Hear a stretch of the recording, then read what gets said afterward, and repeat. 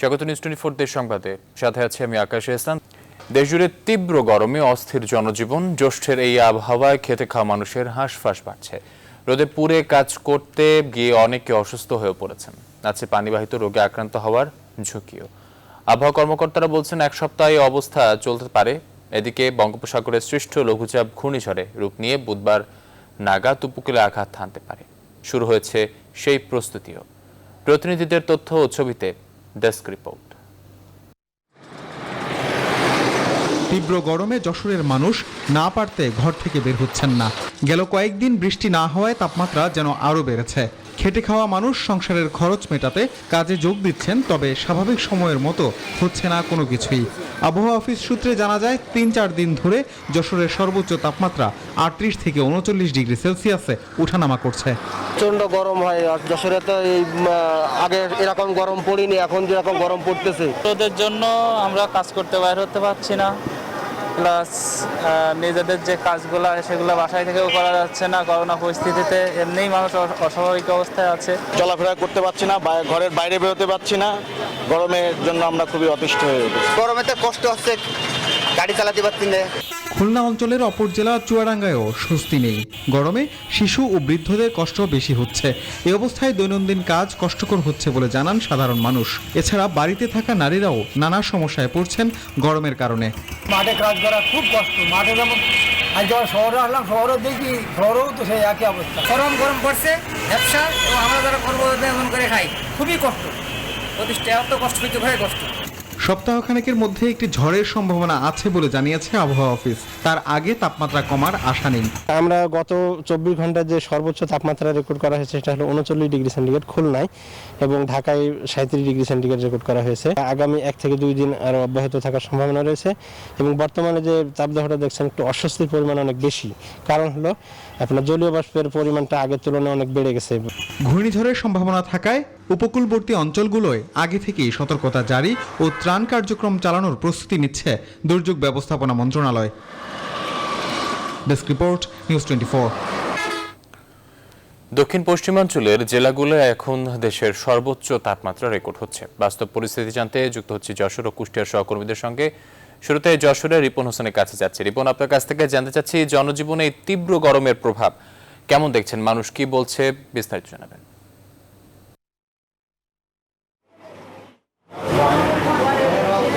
ধন্যবাদ আপনাকে। গরমের অতিষ্ঠ যশোরবাসী। আসলে হাসপাতালগুলোতেও যে রোগের চাপ বাড়ছে, বিভিন্ন রোগে আক্রান্ত হয়ে তারা আসছেন। আজকে যশোরের সর্বোচ্চ তাপমাত্রা 38.6 ডিগ্রি সেলসিয়াস বিরাজ করছে। গতকালকে ছিল 38.4 ডিগ্রি সেলসিয়াস। অর্থাৎ যে তাপমাত্রা, এই তাপমাত্রা প্রতিনিয়ত কিন্তু বাড়ছে। ফলে মানুষের যে যারা জীবী রয়েছে তাদের যেমন সমস্যা হচ্ছে, এবং বেশি সমস্যায় পড়ছে কিন্তু যারা বৃদ্ধ রয়েছে এবং শিশু, তারা বেশি সমস্যা রয়েছে। আমি চিকিৎসকদের সাথে কথা বলেছি, তারা বলেছেন যে এই মানুষগুলো রয়েছে তারা বেশি আক্রান্ত হচ্ছে এবং তাদের বেশি পরিচর্যা নিতে হবে, না হলে কিন্তু আরও এই আক্রান্তের সংখ্যা বাড়তে পারে। তো যারা শ্রমজীবী মানুষ রয়েছে তারাও খেটে খাওয়ার মানুষগুলো বাইরে কিন্তু বেরোতে কষ্ট হচ্ছে, তাদের বেশি সমস্যা হচ্ছে, এমনটি আমরা দেখেছি। শুধু মানুষ নয়, প্রাণীকুলেও সমস্যা হচ্ছে। প্রাণীকুলে আমরা দেখেছি যে পোলট্রি শিল্প রয়েছে, অন্যান্য যে গবাদি পশু রয়েছে তাদেরও সমস্যা হচ্ছে। পোলট্রি শিল্প যে মুরগিগুলো রয়েছে সেগুলো হিট স্ট্রোকে মারা যাচ্ছে। সেই কারণে সর্বক্ষেত্রে কিন্তু মানুষের সমস্যা হচ্ছে, যে তাপমাত্রা বৃদ্ধি পাচ্ছে। আপনি জানেন যে ঘূর্ণিঝড়ের আশঙ্কা করা হচ্ছে এই অঞ্চল, অর্থাৎ খুলনা লাগোয়া যশোর, এই অঞ্চলে কিন্তু আরো বেশি প্রভাব বিস্তার করছে এবং আবহাওয়ার যে গুমট যে গরম, সেই গরমটি অনুভূত হচ্ছে। তো সব মিলে মানুষ কিন্তু অতিষ্ঠ হয়ে রয়েছেন, হাসপাতালগুলোতে রোগীর সংখ্যা বাড়ছে। তো এই ছিল যশোর থেকে আমার কাছে সর্বশেষ। আমাদের আরেক সহকর্মী রয়েছে কুষ্টিয়া, সেখানকার খবর জানবো। জাহিদ।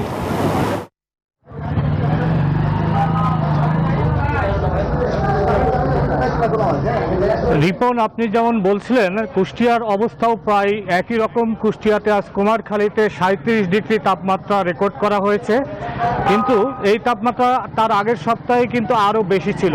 তাপমাত্রা বেশি থাকলেও এখন যে তাপমাত্রা কিছুটা কমেছে তাতে যে গরমের মাত্রা কমেছে তা কিন্তু না।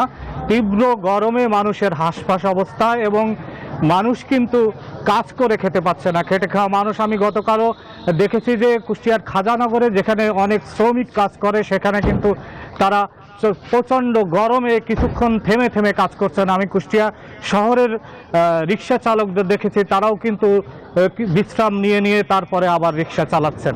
তো এই যে পরিস্থিতি, এই পরিস্থিতি নিয়ে আমি কথা বলেছি, এর প্রভাব নিয়ে কুষ্টিয়া জেনারেল হাসপাতালের আবাসিক চিকিৎসা কর্মকর্তা ডাক্তার তাপস কুমারের সাথে তিনি জানিয়েছেন যে এখানে ডায়রিয়াজনিত এবং এই পানির দূষণজনিত রোগীর সংখ্যা বেড়েছে। যেখানে ডায়রিয়া ওয়ার্ডে মে মাসের আগে 10 থেকে 12 জন রোগী ভর্তি ছিলেন, সেখানে কিন্তু এই মে মাসে সেটা 15 থেকে 16 জনে দাঁড়িয়েছেন এবং কোনো কোনো সময় সেটা 20 জনে যে দাঁড়াচ্ছেন।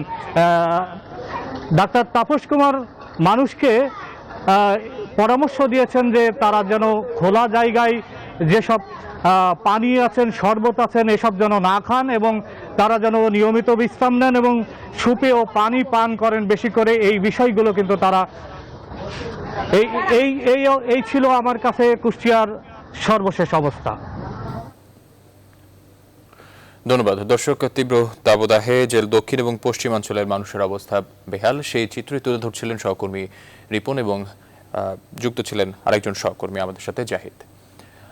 বোরো ধানের ভরা মৌসুমেও কমছে না সরু চালের দাম। কুষ্টিয়ায় খুচরা বাজারে বিক্রি হচ্ছে 56 টাকা কেজি দরে। ধানের দাম বেশি থাকায় চালের দাম আর নামবে না বলছেন ব্যবসায়ীরা। তবে ঠিকমতো বাজার মনিটরিং করা গেলে বৃহৎ চাল কল মালিকদের সিন্ডিকেট ভেঙে চাল এবং কৃষকের ধানের দামের সমন্বয় ঘটানো সম্ভব বলছে সংশ্লিষ্ট সব পক্ষ। কুষ্টিয়া থেকে জাহিদুজ্জামানের প্রতিবেদন। কুষ্টিয়া শহরের পৌর বাজার সরু মিনিকেট চাল বিক্রি হচ্ছে 56 টাকা কেজি। বোরো ধান কাটা শেষ হতে চলেছে, এই ভরা মৌসুমেই চালের এমন দাম অপ্রত্যাশিত বলছেন ক্রেতারা।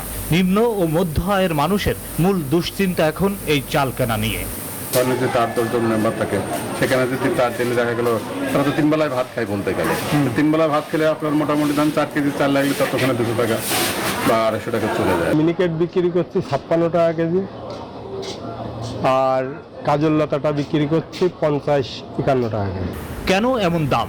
এ প্রশ্নের উত্তর খুঁজতে কুষ্টিয়ার খাজানগরে দেশের দ্বিতীয় বৃহত্তম ধান চালের মোকামে নতুন ধানে চালু হয়েছে এখানকার 4 শতাধিক চাল কল। মিল মালিকরা বলেছেন মৌসুমের শুরুতেই সরু ধানের মন 1150 টাকার উপরে। এ কারণে মিলগেটে এখন চাল বিক্রি করতে হচ্ছে 51 থেকে 52 টাকা কেজি। যেই মিনিকেট ধানগুলা আমরা 1000 নিচে কেনাকাটা করেছি, সেই ধানগুলো এবার 1200 টাকা কেনাকাটা করছি। তাহলে কিন্তু গত বছরের তুলনায় এই বছরে 200 থেকে 300 টাকা প্রথমে স্টার্টিংয়ে হলো ধানের বাজার বেশি। তো সেই হিসাবে গত বছরের তুলনাতে এই বছরের চাউলের বাজার কমবে না। তবে মিল মালিকদের কেউ কেউ বলেছেন এই পরিস্থিতির মধ্যেও সরকারি মনিটরিং থাকলে চালের দর কমানো সম্ভব। আমরা সবাই যদি এক মাসের ধান মজুত করে রাখতে যাই, সেই ক্ষেত্রে অনেক ধানের প্রয়োজন প্রতিদিন মিল গেটে। এটা আপনাকে সরকারকেই হলো বাজার মনিটরিং করতে হবে। বাজার কর্মকর্তা অবশ্য বলেছেন নিয়মিত মনিটরিং করার কথা। যদি কোনো অসাধু ব্যবসায়ী বা কোনো মহল কোনো কৃত্রিম সংকট সৃষ্টি বা কোনো কারণে বাজার বৃদ্ধি করার চেষ্টা করে বা অতি মুনাফা করে, তাদের বিরুদ্ধে আমরা আইনগত যে ব্যবস্থা আছে সেই ব্যবস্থা গ্রহণ করি। কিন্তু ছোট ও মাঝারি মিল মালিকরা জানান কয়েকজন বৃহৎ মিল মালিকের সিন্ডিকেট ধান চাল দুটোরই দর নিয়ন্ত্রণ করে। চালের দাম বেড়ে গেলে তখন ভূমিকায় আসে প্রশাসন। শুধু সংকটের সময় নয়, সারা বছর শক্তভাবে নিরবচ্ছিন্নভাবে যদি মনিটরিং করা যায় তাহলে এই খাজানগরের সব মিলগুলোতে চালের দাম বাড়ানোর বিষয়টি নিয়ন্ত্রণ করা সম্ভব। জাহিদুজ্জামান, নিউজ 24, কুষ্টিয়া। বন্দনগরী চট্টগ্রামে বেশ কিছু রাস্তার বেহাল দশা। বর্ষায় সেসব রাস্তা জনদুর্ভোগের বড় কারণ হতে পারে। নগরীর মাঝির ঘাট এলাকা থেকে সড়কের অবস্থা জানাতে যুক্ত হচ্ছেন সহকর্মী নয়ন বড়ুয়া। জয়, আপনার কাছ থেকে জানতে চাচ্ছি মহানগরীর সড়কের বাস্তব চিত্র কি দেখছেন আপনি, জানাবেন আমাদের।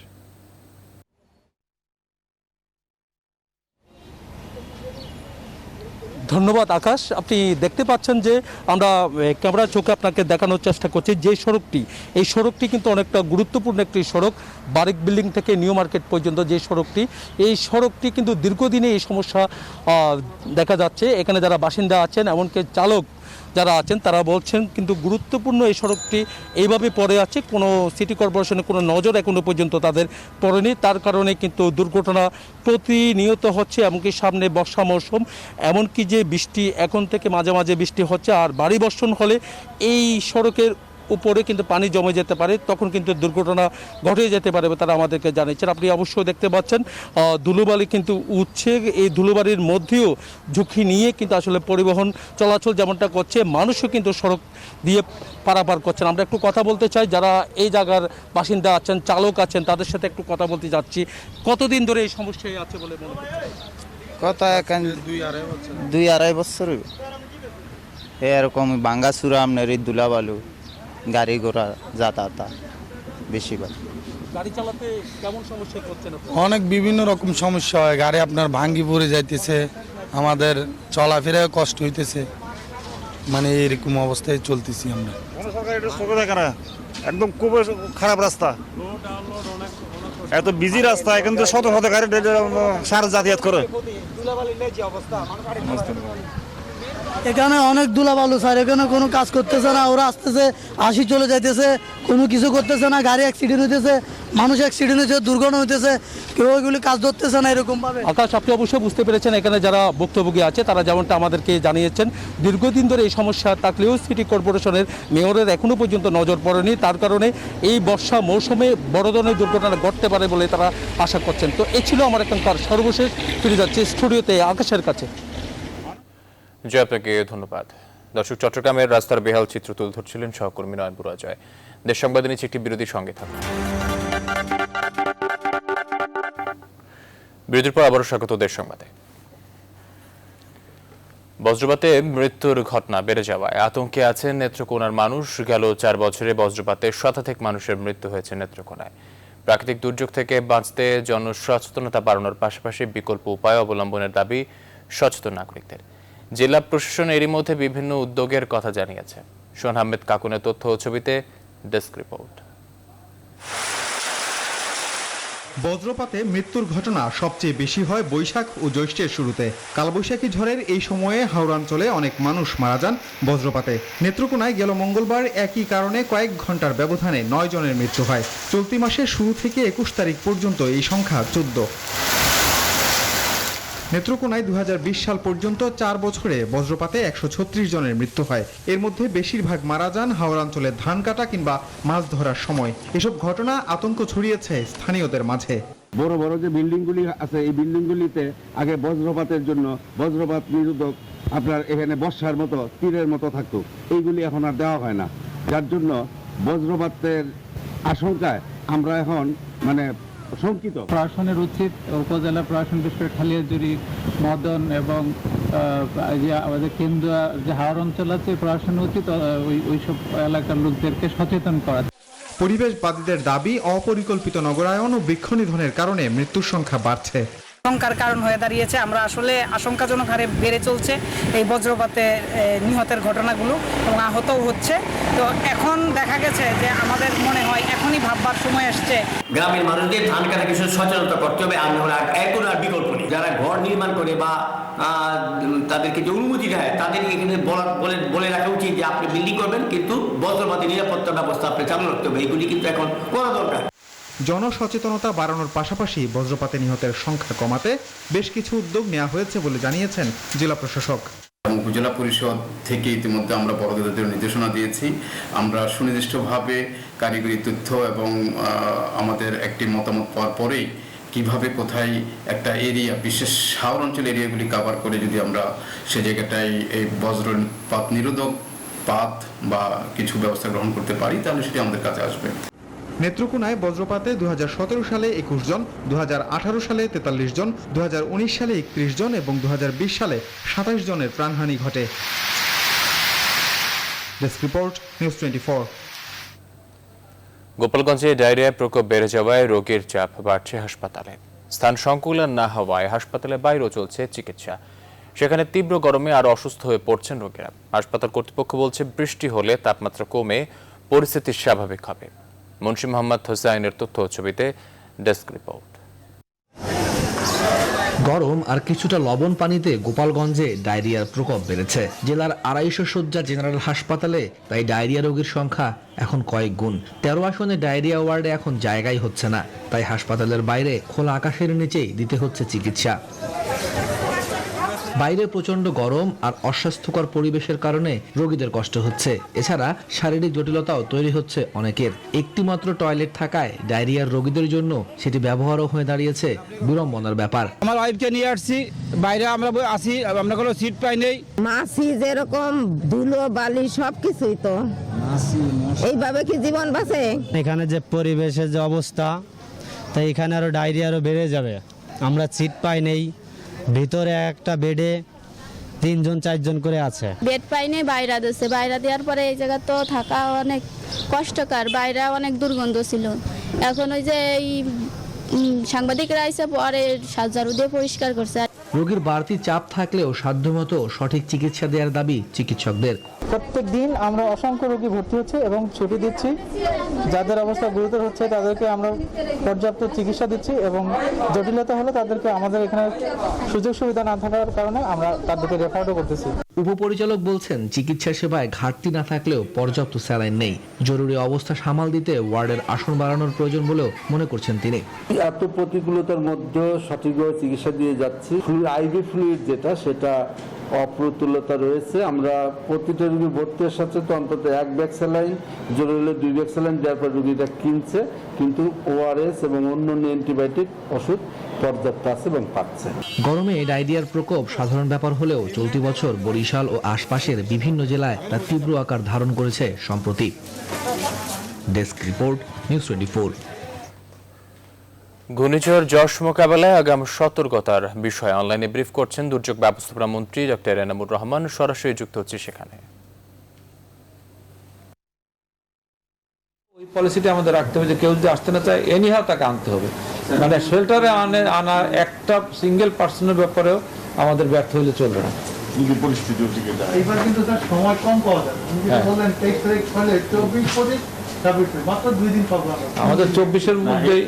এর জন্য তো আমাদের আর্লি যে প্রস্তুতিটা, আর আপনি যেটা বললেন কোঅর্ডিনেশন, এটা কোনো অসুবিধা নেই। আমি যে জেলা প্রশাসনের সাথে বিভাগের সাথে কথা বলেছি, ওরা আবার আমাদের এখানে আপনি জানেন ইন্ডিয়াসিসিতে আছে কন্ট্রোল রুম, আপনাদের সাথে পিএমওতে যে আপনি এটা করেন কোনো অসুবিধা নেই, যোগাযোগ থাকবে যখন যেটা। তবে ওরা স্থানীয়ভাবে চেষ্টা করে এটা মিট আপ করার জন্য। তারপর না হলে কিন্তু এফডির কাছে যায়, যখন মনে করি যেটা বললেন মাননীয় প্রতিমন্ত্রী মহোদয়, যে আমরা তখন নেভিকে কোস্টগার্ডে বলি, যখন আমাদের ফায়ার সার্ভিস অথবা আমাদের স্থানীয়রা যদি সিপিপি ভলান্টিয়ার চেষ্টা করতে পারে, জি যেমন এর পতাকার কোস্টগার্ড এখানে এফডির মতো হলো, নেভির সাথে হলো, কিন্তু আলাদা একটা এটা একটু যদি আপনাদের কোস্টগার্ডের উপকূল এলাকায় খুব ভালো কাজ করে। স্যার আপনি জানেন যে আমাদের স্বরাষ্ট্র মন্ত্রণালয়ের আওতাধীন জনগণের তত্ত্বের অধীন যে দপ্তর সংস্থাগুলো আছে, বিশেষ করে পুলিশ, বিজিবি, কোস্টগার্ড এবং আনসার, এই বাহিনী স্যার সারাক্ষণ আইন শৃঙ্খলা রক্ষার্থে কাজ করছে এবং দুর্যোগকালীন সময় সবসময় সিভিল প্রশাসনকে সহায়তা করে আসছে। এবারে স্যার আমাদের স্থলভাগে স্যার পুলিশ এই দুর্যোগকালীন এবং তার আগে পরে যেন আইন শৃঙ্খলা পরিস্থিতির অবনতি না ঘটে সে ব্যাপারে সতর্ক থাকবে স্যার। আমাদের স্যার উপপুলিশ আছে, কোস্টগার্ড, তারা স্যার সতর্ক বার্তা প্রচার করবে এবং নৌযানগুলোকে যাতে কাছাকাছি থাকে সে বিষয়ে তার চেষ্টা করবে। আর এই জরুরি অবস্থায় অর্থাৎ দুর্যোগকালীন কোনো মানুষ যেন বিপদে না পড়ে বা উদ্ধারের সমস্যা না হয়, সেই জন্য তাদের লজিস্টিক্স নিয়ে তাদের ম্যান পাওয়ারে তারা প্রস্তুত থাকবে। পাশাপাশি আমাদের বর্ডার আছে স্যার বিজিবি, আর স্যার সীমান্তবর্তী যে এলাকা আছে সেখানে এই করোনাকালীন তারা একদিকে যেমন নিশ্চিত করবে, তেমনি স্যার ওই এলাকাতে যেন তাদের প্রয়োজন তারা মেটাতে পারে সেই জন্য তারা সবসময় সতর্ক থাকবে। দর্শক, দেশ সংবাদে নিচ্ছি একটি বিরতির সঙ্গে থাকুন। বিরতির পর আবার স্বাগত সংবাদে। নারায়ণগঞ্জের সোনারগাঁয়ের কাঁচপুর এলাকায় নিকি ডাইঙ্গান প্রিন্টিং কারখানার গ্যাসের লিকেজের আগুনে 5 শ্রমিক দগ্ধ হয়েছেন। শনিবার ভোরে উপজেলার কাঁচপুরের নয়াবার এলাকায় ঘটনাটি ঘটে। দগ্ধরা হলেন আলম মিয়া, মেহেদি বশির, হেপেন চাকমা ও নাজিম। প্রতিষ্ঠানের ম্যানেজার মাহবুবুর রহমান জানান, ঈদের ছুটিতে কারখানার উৎপাদন বন্ধ থাকে।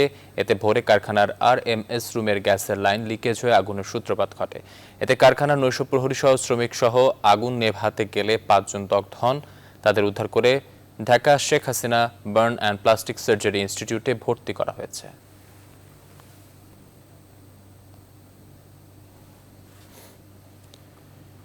আজ দেশের বিভিন্ন স্থানে সড়ক দুর্ঘটনায় 6 জন নিহত হয়েছেন, আহত হয়েছেন কমপক্ষে 17 জন। চট্টগ্রামের সীতাকুণ্ডে চাল বোঝাই ট্রাক উল্টে 3 জনের মৃত্যু হয়েছে। এ সময় আহত হয়েছেন আরও 4 জন। শনিবার সকালে 10টার দিকে সীতাকুণ্ড উপজেলার সোনাইছড়ি ইউনিয়নের শীতলপুর এলাকায় মহাসড়কে এ ঘটনাটি ঘটে। নিহতরা হলেন নওগাঁ জেলার মোহাম্মদ শরীফুল ইসলাম, মোহাম্মদ সাজিব এবং আতিকুর রহমান। পুলিশ জানায়, ভোরে রংপুর থেকে চাল বোঝাই একটি ট্রাক চট্টগ্রামে আসার পথে নিয়ন্ত্রণ হারিয়ে শীতলপুর এলাকার মহাসড়কের ওপর উল্টে পড়লে এই হতাহতের ঘটনা ঘটে। এদিকে সকাল 6:30টার দিকে নারায়ণগঞ্জের সোনারগাঁয়ে ট্রাক ও অ্যাম্বুলেন্সের মুখোমুখি সংঘর্ষে 2 জন নিহত ও 3 জন আহত হয়েছেন। হতাহতরা সবাই অ্যাম্বুলেন্সের যাত্রী। নিহতরা হলেন তিতাস উপজেলার গোপালপুর ইউনিয়নের হুমায়ুন ও ফারুক হোসেন। এছাড়াও মেহেরপুরের মুজিবনগরে মালবাহী ট্রলি উল্টে নিহত 1 জন ও আহত হয়েছেন 7 জন।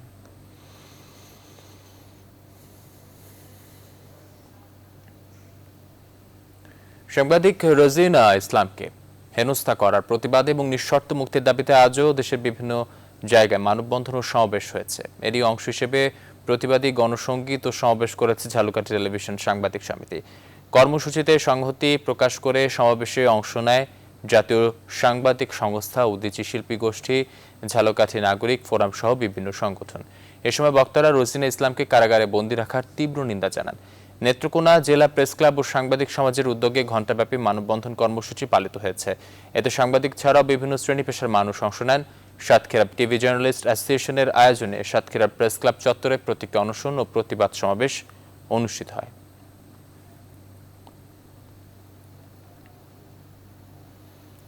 মেহেরপুরের গাংনীতে ডিজিটাল নিরাপত্তা আইনের মামলায় বিজনেস বাংলাদেশ পত্রিকার জেলা প্রতিনিধি আলামিন হোসেনকে গ্রেফতার করেছে পুলিশ। শনিবার ভোরে গাংনী পৌর এলাকার বাঁশবাড়িয়া গ্রাম থেকে তাকে গ্রেফতার করা হয়। আলামিন জানান, তিনি ওই মামলায় আদালত থেকে আগাম জামিনে ছিলেন। করোনার কারণে আদালতে হাজিরা দিতে পারেননি। এর আগে পুলিশ তাকে টেনে হিঁচড়ে গাড়িতে তুলে নিয়ে যায়। এ সময় তিনি মুখে ও চোখে আঘাত পান। তবে মামলার তদন্তকারী কর্মকর্তা গাংনী থানার এসআই সুমন জানান, ডিজিটাল নিরাপত্তা আইনের মামলায় আদালতে পরোয়ানা থাকায় সাংবাদিককে গ্রেফতার করা হয়েছে, তাকে কোনো আঘাত করা হয়নি। পুলিশের ঊর্ধ্বতন কর্মকর্তারা বলেছেন, গ্রেফতারের এমন ঘটনা কেউ জানেন না। 2020 সালের 11 মে স্থানীয় একটি দৈনিকে সাবেক এমপির বিরুদ্ধে দুর্নীতির সংবাদ প্রকাশের পর আলামিনের বিরুদ্ধে ডিজিটাল নিরাপত্তা আইনে মামলা হয়। চট্টগ্রামে মিউচুয়াল ট্রাস্ট ব্যাংক ও বাংলাদেশ সাপ্লায়ার্স অফিসে 27,50,000 চুরির ঘটনায় 3 জনকে আটক করেছে পুলিশ। শনিবার ভোর রাতে নগরীর পৃথক দুটো স্থানে অভিযান চালিয়ে তাদের আটক করা হয়। দুপুরে চট্টগ্রামের দক্ষিণ উপ পুলিশ কমিশনার কার্যালয়ে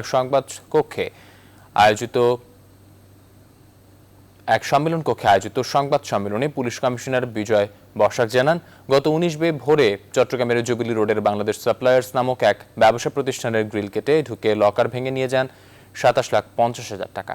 তার আগে মিউচুয়াল ট্রাস্ট ব্যাংকের গ্রিল কেটে ভোল্ট খোলার চেষ্টা করেন মনির। প্রতিষ্ঠানটির মালিক কাইজার আবুওয়ালা অভিযোগ করলে শুক্রবার দিনভর অভিযান চালিয়ে আসামিদের গ্রেফতার করা হয়। উদ্ধার করা হয়েছে চুরি যাওয়া টাকা, একটি সিএনজি, 2টি রামদা।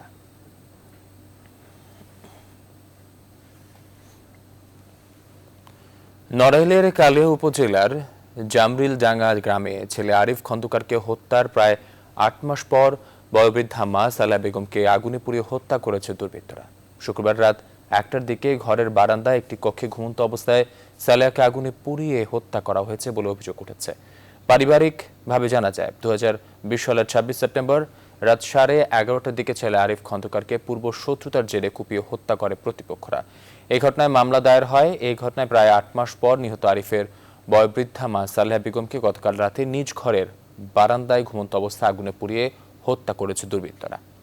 আরিফের স্ত্রী কুলসুম বেগম হত্যাকাণ্ডের ঘটনার সুষ্ঠু বিচার দাবি করেছেন। এ ব্যাপারে পুলিশ সুপার প্রবীর কুমার রায় জানান, বয়োবৃদ্ধ সালেহা বেগমকে আগুনে পুড়িয়ে মারার বিষয়টি স্পর্শকাতর। তবে কি কারণে কে বা কারা এই ঘটনা ঘটিয়েছে তা অধিকতর তদন্ত করে দেখা হচ্ছে। সন্দেহভাজনদের জিজ্ঞাসাবাদ করা হচ্ছে।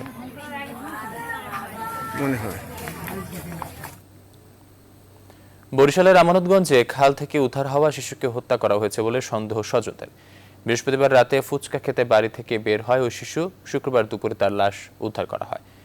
ঘটনা তদন্ত করে যথাযথ ব্যবস্থার আশ্বাস দিয়েছে পুলিশ। রাহাত খানের তথ্য ও ছবিতে ডেস্ক রিপোর্ট। বরিশাল নগরীর পলাশপুরের আব্দুল করিম আইডিয়াল স্কুলের ২য় শ্রেণীর ছাত্র ছিল সবুজ বৈদ্য। শহরের ৬ নম্বর ওয়ার্ডের শিশু পার্ক কলোনিতে মা ও সৎ বাবার সঙ্গে থাকত সে। পরিবারের সদস্যরা জানান, বৃহস্পতিবার রাত ৯টার কাছাকাছি সময়ে ফুচকা খেতে একাই বাড়ি থেকে বের হয় সবুজ। কালকে দেখছি খালি দুপুর মনে হয় ১টার আজানের সময় দেখছি ঘুমটি উড়ে। খুব ভালো ছিল। দেখতেছি তো মানে পেটে বেশি পানি আছে আর মানে নাক মুখ দিয়ে রক্ত বের হয়। আর কোনো আমরা আঘাত মারবে না, সিআইডি হিসাবে বইলে গেল যে গেরির বলে ভাঙ্গা। আমার ছেলে জনকে মারি ফেলাইছি, পোলা পানি মারি ফেলাইছি আমার পোলার, আমার যেটু সন্দেহ হয়। সেই রাত্রেই থানায় জানায় স্বজনরা। পরে শুক্রবার সকালে সাধারণ ডায়েরি করা হয়। ওই দিন দুপুরে আমানতগঞ্জের খাল থেকে সবুজের লাশ উদ্ধার করে পুলিশ, পাঠায় ময়না তদন্তের জন্য। শিশুটির মায়ের দাবি, তার সাঁতার জানা ছেলে পানিতে ডুবে মারা যাওয়ার সম্ভাবনা খুবই কম। দুর্ঘটনাজনিত হলে কিভাবে দুর্ঘটনা হতে পারে এবং হত্যা হলে কেন হত্যা হতে পারে, এই বিষয়গুলো আমরা দেখছি। আশা করি আমরা শীঘ্রই এই বিষয়ে একটি তদন্ত সাপেক্ষে আমরা একটি ভালো রেজাল্ট দিতে পারব। প্রাথমিক সুরত হালে অবশ্য বাহ্যিক আঘাতের চিহ্ন পায়নি পুলিশ। তারা বলছে, ময়নাতদন্ত প্রতিবেদন পাওয়ার পর তদন্ত শুরু হবে। Desk report, news 24। দর্শক, এই ছিল দেশ সংবাদ। এতক্ষণ সাথে থাকার জন্য ধন্যবাদ সবাই।